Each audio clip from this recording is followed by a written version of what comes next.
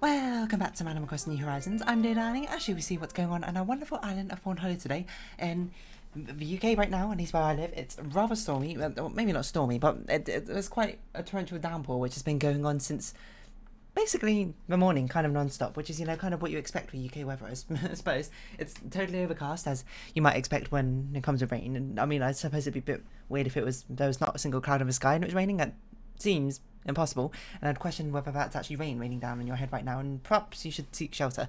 I don't know, it sounds like a really weird horror movie. It was raining, but there were no clouds. Ooh. Anyway, hello everyone. Right now in Fawnhallow, it's 3:44 p.m. on Monday, June 27th, 2022. What is this one? But this is a Gulliver or Gulliver past that beach, and we're just going to, ignore him promptly. I don't know what to talk about. We're coming to the end of June, no, start of July. What happened in July? I don't know, Tanabata? Summer holidays, I think, for most of you. so patronising, I was about to be there, for you kids in school, and incredibly patronising. I apologise. Retract that statement and be like, awesome, summer holidays have started. Maybe, I don't actually know. Have they? No. Yeah, yes, they have started. They must have started now, because I think GCSEs already happened by now. I can't really remember. Should we talk about GCSEs? No, hold on. And A-levels were partway through July. If you don't know what that is, that's basically the higher education that we, or a UK schooling system. The GCSEs are, I assume, the equivalent of like middle school exams in America or whatever country you're in, to be honest. And I don't know why I've assumed it's America, but that's what the demographics say. It's a sort of thing where you take them at age 16, I think, and they're basically just like whatever subjects. You do anywhere from like 6, I think, up to like, well, I suppose you can do as many as you want, but in our school the standard was you do 8 to 11 of them, I think. We also had these things called BTECs, which I'm not really they're kind of they're like GCSEs or like equivalent level, but for like different subjects or something. I didn't do them, the BTECs, I don't know, because the BTECs were all for like things like sports and whatever, and I wasn't going to do about a BTEC sport. If you can tell, I'm quite a scientific person. Well, at least back in those days. Now I'm kind of like a good balance of both artistic and scientific. Still not particularly sporty though. I'll certainly give you that much.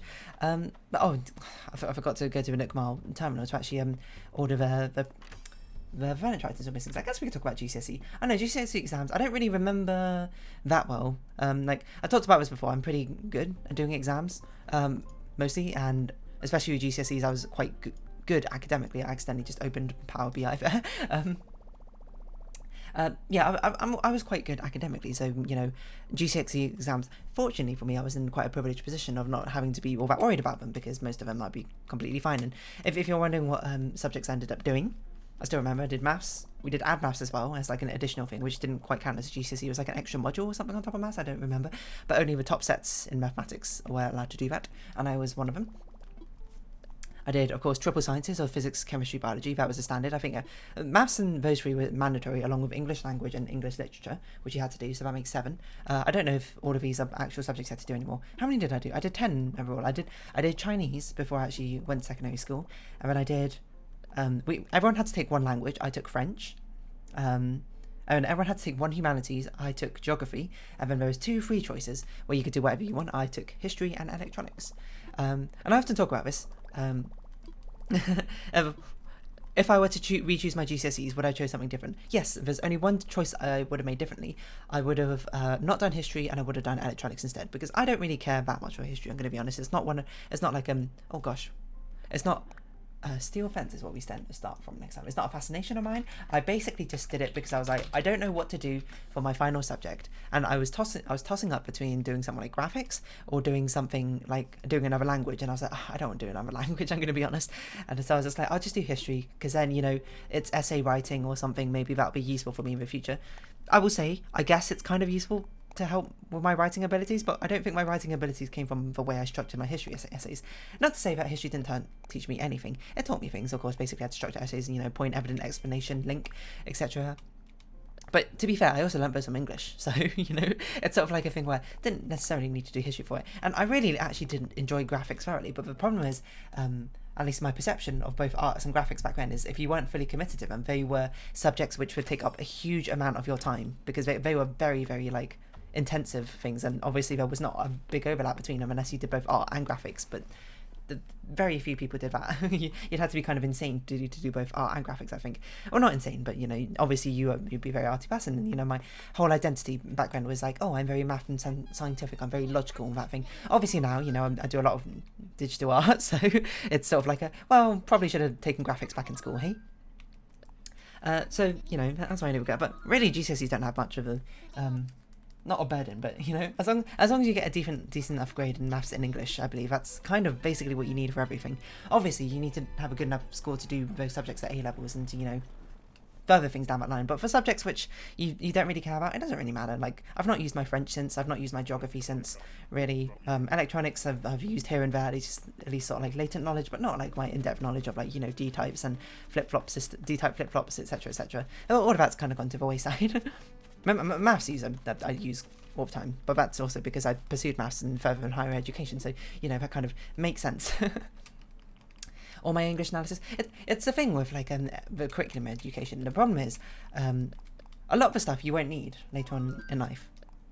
I mean, I suppose it's a bit bold of me to say these sweeping statements, but like 90% of the subjects you take at GCSE you probably won't ever use ever again, or information. But the problem is there's 10% you will use, and you will use for higher education, and you probably will use for the rest of your life and career, depending on what you choose.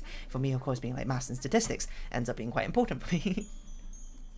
But for other things like, biology, while, still scientifically related, I don't really need to remember a lot out of basic biology. What I would still say it's a good thing to have. The problem is, it's not, like, mandatory, I suppose. So really, there shouldn't be much credence put on to, not credence, hold on, what does credence actually mean? I always use a word, but I think I use it wrong every single time.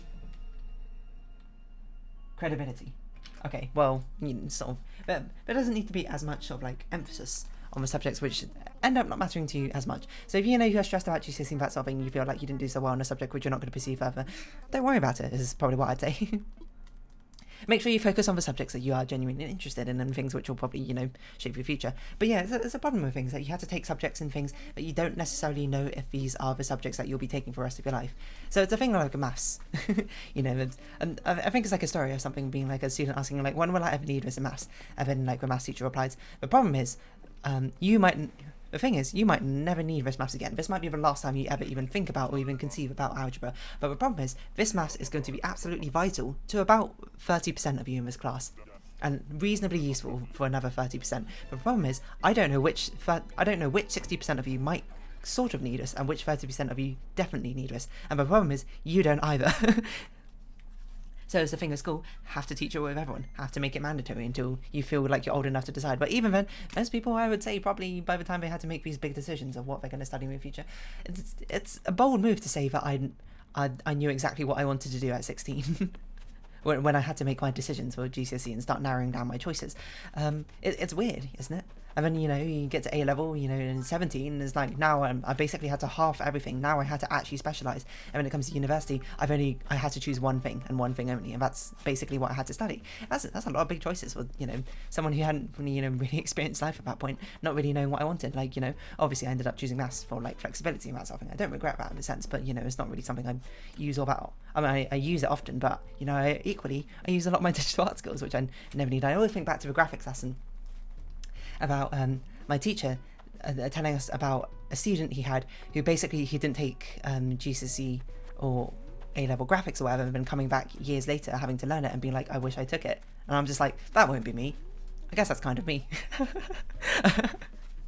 So maybe I should go back to my graphics teacher, but yeah, like, yo, sir, I'm not going to say his name. I was about to say his name, I'm not saying, maybe let's not do that.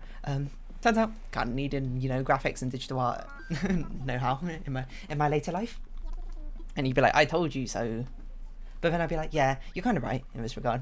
Especially because it was a thing I really did enjoy. And honestly, I didn't really care for history. But anyway, I did pretty well in my GCSEs.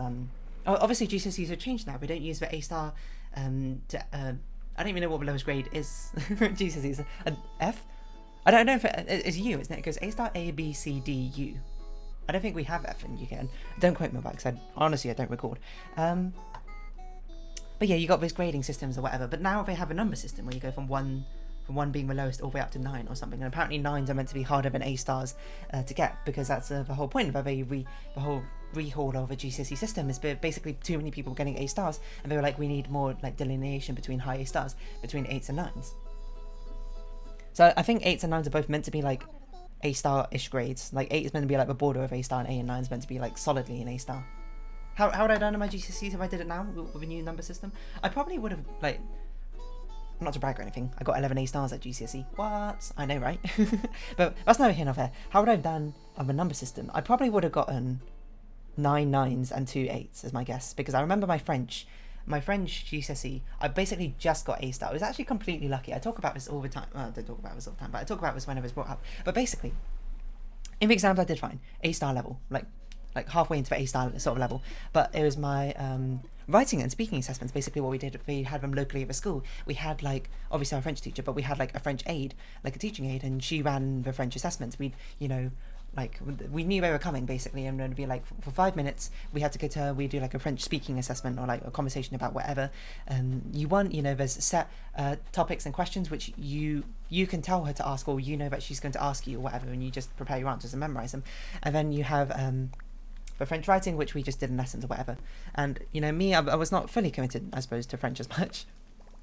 So it ended up being that French was my worst subject. And then I had got my course, like we did it 4 times of each around the year, and your top 2 are basically what's sent off to the exam board to as submitted as part of your grade.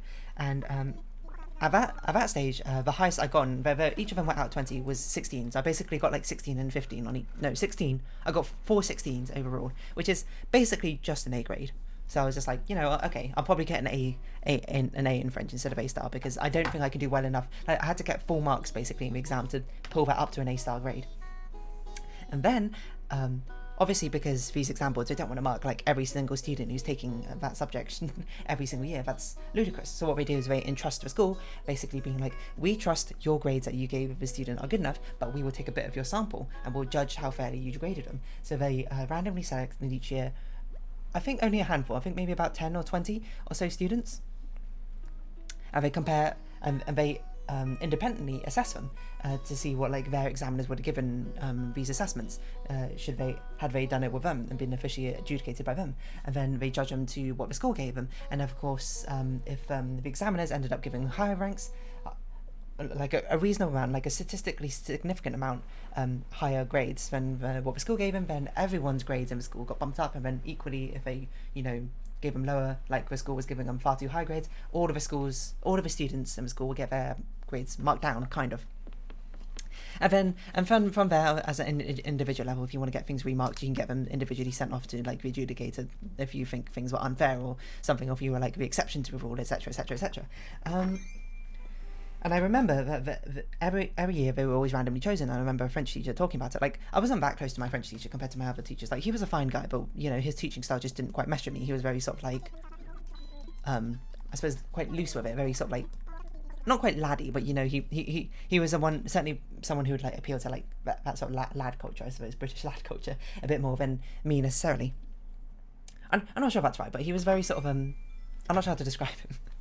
He was quite jovial, but, you know, obviously his teaching style didn't quite mesh with me, compared with a lot of the others, and especially because I was quite, you know, quiet and, you know, well, I wasn't that quiet, I was more like stoic, I suppose. It might be a better word to describe me back then. So I need to keep drinking water, I'm so thirsty.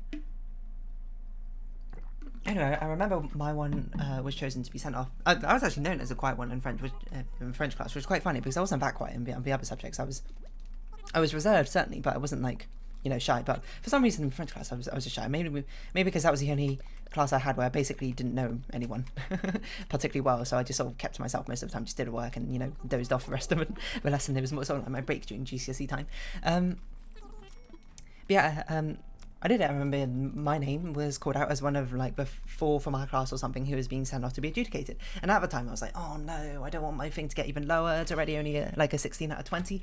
Oh man, this is terrible. And then it got sent off. And then as it turns a result, on when we got like our module marks back, all of mine, every single one was bumped up an entire grade. So they all got bumped up from the A boundary to the A-star boundary, like low A-star still, but still enough for an A-star. And I was like, what? What happened? So I like to think that I helped contributed for, you know, my school, everyone's grades getting bumped in, you know, the French writing and speaking assessments. Maybe, I don't know. Or maybe they just listen to our, like, my assumption is basically, you know, me being a little mini overachiever, I suppose, back in school especially, I basically tried to do very ambitious things, which, that maybe the French teaching aide didn't quite understand what I was going for when I did it. But, you know, when it came to be adjudicators, they recognised it being like, all right, you know, she tried some things. She tried to do very ambitious things. Didn't quite hit the mark. We'll give her, you know, a grade reflecting that or something. she was at least ambitious enough or something. Or I literally have no idea why. Or maybe the French aide just didn't like me or whatever. Or maybe, to be perfect, the teacher marked my writing assessment. So I don't know what happened. Or maybe I just got a very, you know, very nice examiner who marked my coursework. But anyway, everything got bumped up and I was like, what? So, you know, that's the story of how I managed to pull off an A star in French GCSE. The only other subject I remember revising very thoroughly for, because I'll be honest, I didn't really revise all that much during my GCSEs. That's not true. Like, I didn't really revise much for maths. Maths was, like, automatic for me. I didn't, like, even need to bother. Like, and I mean, I talked about it before. I did a lot of, like, maths challenges and that sort of things. Maths GCSE was very simple for me. I'm quite fortunate to have that case be the case, to be honest. Because, you know, you do a lot of exams at GCSE. I think I did, like, in total, let me think. It was about 2 exams per subject. So it was about 20, a bit less than 20 exams or something. That's a lot of exams. So just being able to not even have to worry about 2 of them, or, like, and then, like, not even have to worry about half of, like, the science exams, because half the science exams are always maths questions.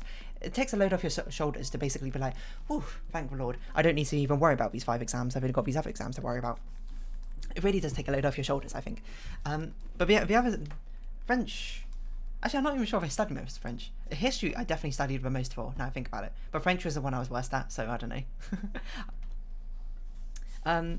I guess it's because our French lessons were quite unstructured. I didn't know really what to study in the first place, but history was a lot more structured. But history is just a huge amount of facts that you just had to memorise. At least in the UK, the curriculum we had chosen, the things we had to study were basically all the time from World War I up until the end of the Cold War. And there's basically like 4 different modules. It's sort of like before World War II, and then, you know, the rise to, you know, Germany turned... what caused Germany to, you know, eventually to World War II. I'm trying to think how to dance around this to try and dodge the filters where YouTube is going to sort of like not understand the context of what I'm saying with.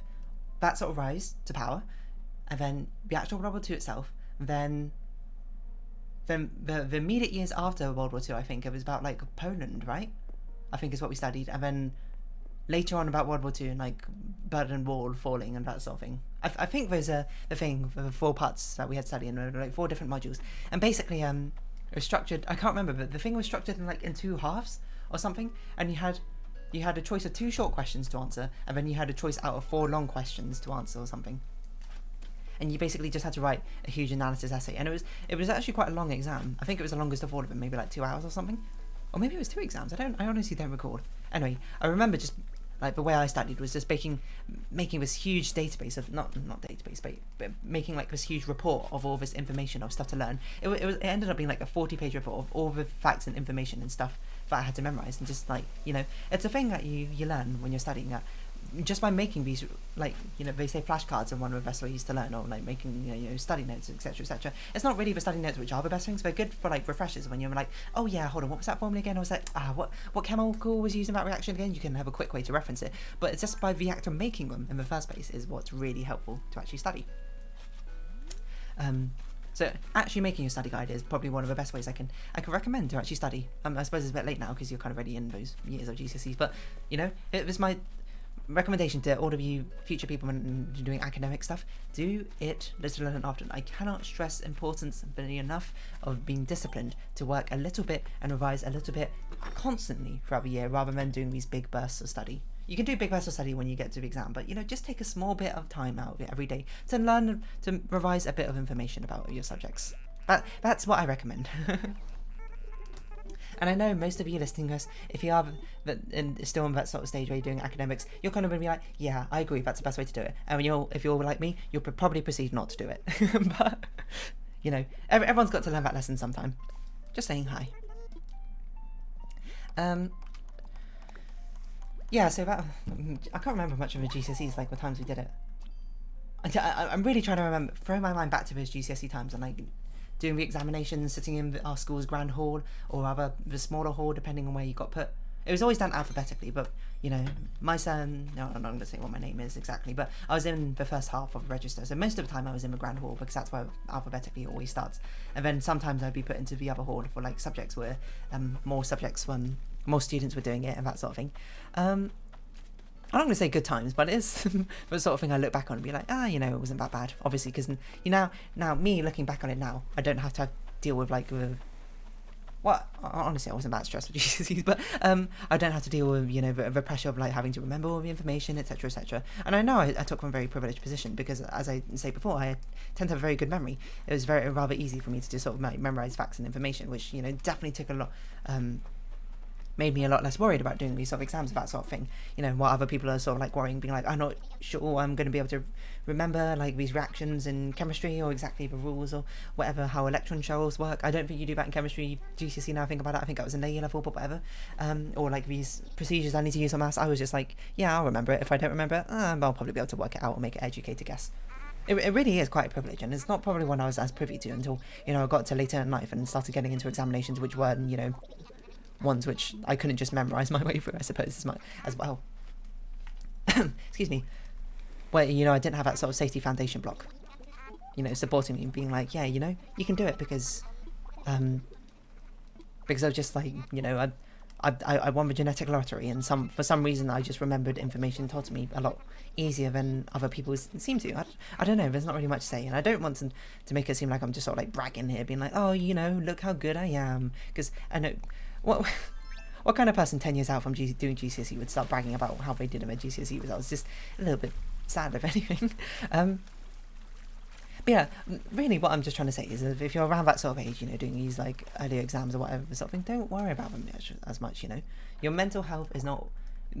Getting good academics, always like a good result, of course. You know, people want to do well academically, so then they can pursue different vocations and futures for them, which only opened up by doing well in these examinations. But don't stress the rest of your life over them. Your mental health is not worth sacrificing of your academic record.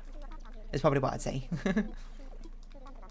And you might be like, easy for you to say because you're not in that position anymore. Yeah, fair enough. That I am not in necessarily the same position, equal position to be able to comment on these sort of things. But it is a sort of thing where, you know, I guess people don't really say it enough.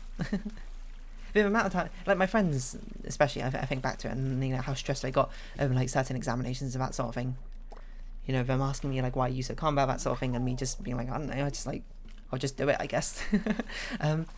I mean, part of it is just due to my nature. I tend to be more scared of the actual result itself rather than the actual assessment, but part of it's also just due to the fact that, you know, benefit, you know, I just got lucky that the academic, you know, structure really suited my my learning styles, you know, and not everyone gets so lucky in that sort of thing, but also it doesn't have the biggest impact on your life, and it has some impact. And I'm not like don't try or anything. Do try your best at that sort of thing, but don't, you know, lose sleep over it, like fret nights and stuff over that. So best of luck to all of you done with GCSEs and that sort of thing. The best part about after doing the examinations is always looking at people's discussion and people making memes about that sort of thing. I'm trying to think of some memes back in my year when I did GCSEs. I remember one of the biology exams. I can't remember if it, I think this was our mock exam, because we had mock exams in January, just so, which by the way, very useful. I didn't understand how useful they were at the time. It's really useful to have a practice run through of doing an examination you've never done before, because you will not believe it. It's not so much like the actual questions which are the things which trip you up. It is very much the time pressure. And doing things under an examination condition is a totally different ballgame than answering questions in a classroom. So that's my recommendation. If you do practice examinations, that sort of thing, make sure you stick to the time. You can go back afterwards, of course, after you know, done the assessment and time and marked it, see how well you've done and, you know, answer the questions you didn't answer or whatever. But, you know, being able to get used to that time situation, that time pressure is very vital, I'd say, in a lot of these examinations. I forgot what I was going to say. What was I talking about? People getting stressed? No. Oh yeah, the memes about... Oh yeah, it was one of the mocks, which we had earlier in the year, in January. It's for biology, but for some reason, about 1/3 to a half of one entire examination, on one of our 2 biology exams, was for some reason just about penguins, for no apparent reason.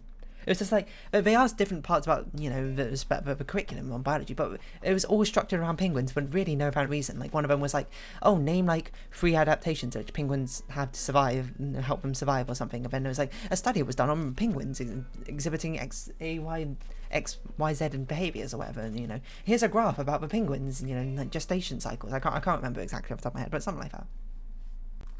I'm trying to remember other things. I don't really remember things from subject. Oh, I remember one thing was that in GCSE, I remember going through the curriculum, you know, just to see for maths and being like, oh, just to make sure I remember everything. And then one of the things I saw was like, it's actually on this curriculum that we need to be able to exchange units from metric units to imperial units, and that could be tested.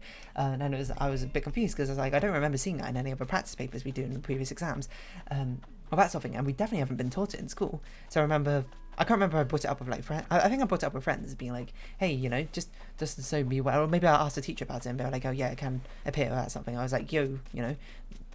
I remember bringing it up with friends who we were talking about it, being like, we've got to be aware, this could come up in the exam. And what do you know? It came up in the exam.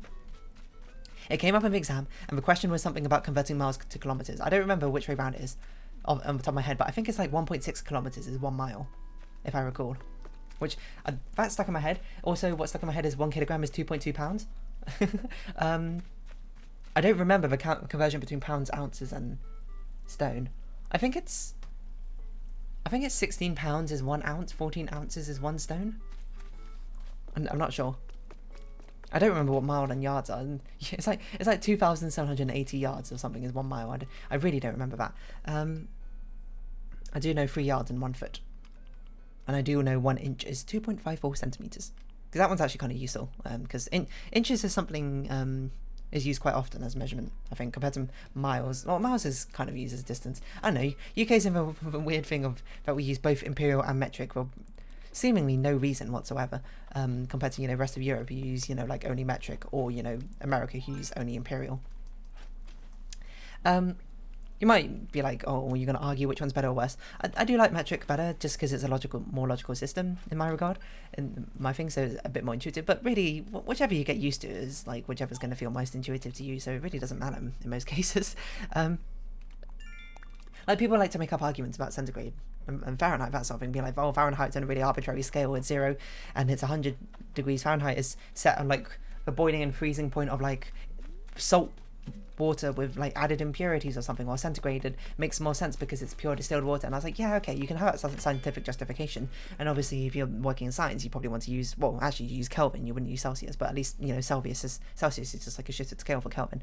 But at the end of the day, intuitively, for the average person, it doesn't really matter if you use Fahrenheit or Celsius, whichever you're more used to, I suppose, and whoever you're talking to is most used to, so you can actually, you know, have that sort of equal communication with each other in the first place is the important part, isn't it? Anyway, I'd say just check your curriculum, make sure that if unit conversions come up or whatever, that you know your unit conversions. Oh, there's another thing that happened. In our English literature is divided into 2 things for us. It was, no, 3 things. No, 2 things. Novels and poetry, if I recall. And the novels was fine, but the poetry, I talked about this before, in a title, in an Animal Crossing video, I think I called conflict poetry or whatever. That was what we did. That was our module. Basically, there were like 4 different types of modules or whatever, and you can choose a different, or the school would choose for you what like genre or poetry will cover. And the one we did was conflict poetry. You know, unsurprisingly in the UK, and a lot of the things that we learn about in history tend to be about world wars and that sort of thing. So we did conflict poetry, which is basically most of the poems or things about conflicts and that sort of thing, about wartime, etc., etc. And I remember there's 14 of them in this poetry anthology. And basically, our teacher, which I genuinely do think she was quite a good teacher, but, you know, not everyone liked her. You know, I guess she was sort of hit and miss with a lot of people. But I genuinely thought she was quite good.